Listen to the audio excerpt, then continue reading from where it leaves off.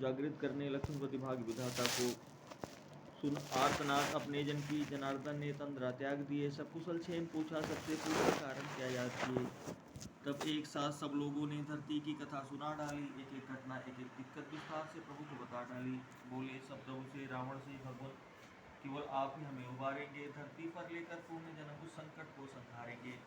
तब करुणा निधि ने करुणा कर तत्काल तथास्तु कह डाला, सब हुए मुदित हर्षित क्षण में, प्रभु ने सबके संशय को हर डाला। थे इधर धरा पर एक राजा दशरथ था, जिनका नाम विदित, थे परम कुलीन धर्म पालक, पर रहते थे हर पल चिंतित। राजा तो वे वर्षों से थे, पर कोई था युवराज नहीं, शादियां 3 कर डाली थी, पर पुत्र एक भी आज नहीं। चिंतित राजा रानियां दुखी था, रिक्त पुत्र बिन राजमहल, चौथा बनाने वाला था, पर मिला न कोई अब तक हल। एक दिवस राजा दशरथ जा पहुंचे गुरु के आश्रम में, की चरण वंदना गुरुवर की, धोए पद नैनन के जल से। श्री गुरु वशिष्ठ ने राजन के सब चिंता को पहचान लिया, कुछ क्षण तक बिल्कुल मौन रहे, फिर समाधान भी जान लिया। बोले अब चिंता को छोड़ो, अब छोड़ो सब संतापों को, है चांद उदय होने वाला, अब छोड़ो काली रातों को। राजन एक अनुष्ठान एक पावन यज्ञ कराना है, हो मनोकामना पूरी, जिससे हुआ पुत्रेष्ठ यज्ञ कराना है।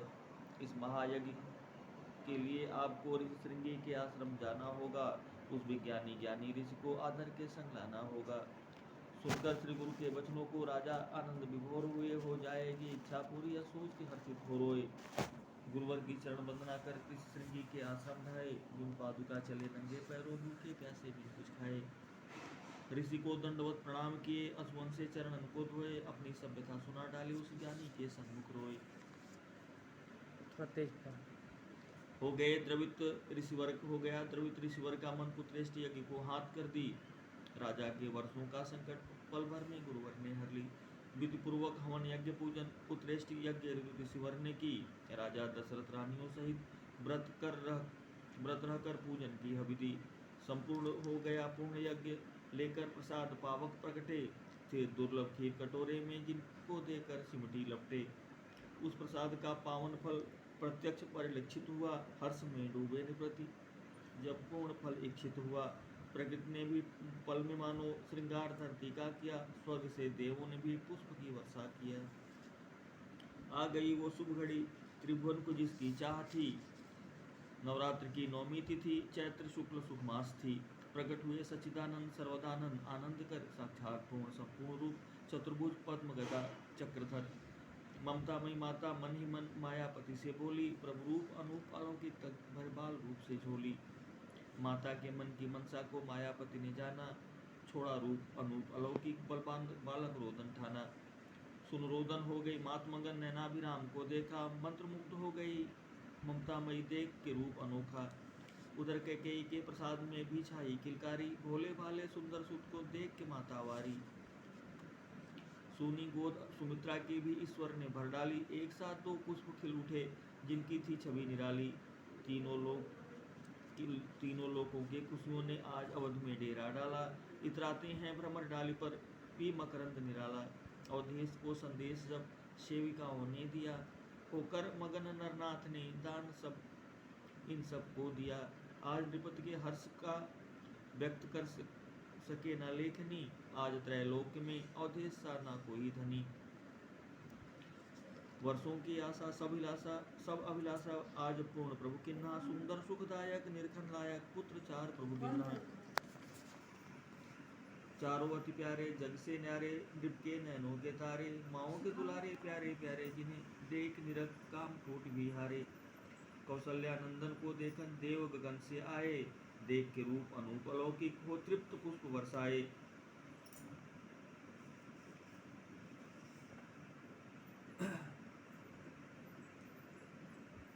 कल ही है अवधेश, गुरुदेव ने पंचांग में देखा तिथि विशेष, बोले नामकरण की कल ही है अवधेश।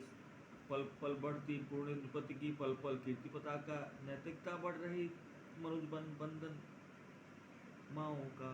आदर्शों की फुलवारी में 4 पुष्प हर्षाए, जिनके दर्शन के लालच में देव धरन पर आए। गुरुदेव ने पंचांग में देखा तिथि विशेष, बोले नर नामकरण की शुभ घड़ी कल ही है अवधेश।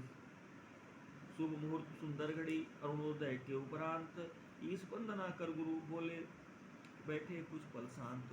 फिर कौशल्या नंदन का गुरुवर ने राम नाम उच्चारा, जिनके ध्वनि स्पंदन से ही हुआ त्रिभुवन में जयकारा।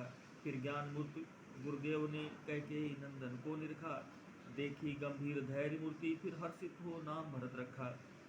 फिर डाली दृष्टि सुमित्रा सुत पर, बोले यह परम विलक्षण है, इसका होगा अनुराग राम में, मुकुटमणि यह लक्ष्मण है। फिर छोटे सौमित्र को गुरुवर ने तो आनंद विभोर निरेखा, बोले त्रिभुवन में शत्रुजयी यह होगा शत्रुघ्न हमारा। अमृतमयी गुरु वचनों से नृपना दशरथ हृदय समाई, बार बार सुत नाम पुकारे गुरुपद शीश झुकाई। माताओं के हर्ष की भी सीमा कही न जाई, ऊपर गगन में देवगण रहे सुमन बरसाई। पल पल बढ़ती पूर्ण निपत की, पल पल कीर्तिवता का, नैतिकता बढ़ रही मनुजबन कर बंधन माओ का। आदर्शों की फुलवारी में चार पुष्प हर्षाए, जिनके दर्शन के लालच में देव धर्म पर आए। ऐसे ही वात्सल्य में बीते कुछ स्वर्णिम वर्ष, आनंद अवध की लिख सके विजय में ना सामर्थ। तभी गुरु मधुमास में आए नृप के पास, नृप बोले भगवान क्यों कष्ट आपने की, आज्ञा देते आ जाता यह दास। फिर चरण वंदना की गुरु की आदर के साथ बिठाए, करबद्ध विनम्र भाव से नरपति पूछे प्रभु क्यों आए। गुरु बोले विद्या आरंभ की तिथि पंचमी है खास, ऋतु बसंत सुरभित सुमन सुंदर है मधुमास। यज्ञोपवीत का कर्म कर पूजन के उपरांत, बटुक वेश में सब कुंवर आश्रम आएंगे मेरे साथ। जैसी आज्ञा राजन बोले, फिर गुरु को किया प्रणाम, हर्ष और करुणा सहित पहुँचे जहाँ भ्राताओं के साथ। था मुखमंडल में दीप्तिमान, पर मन था कुछ बेचैन,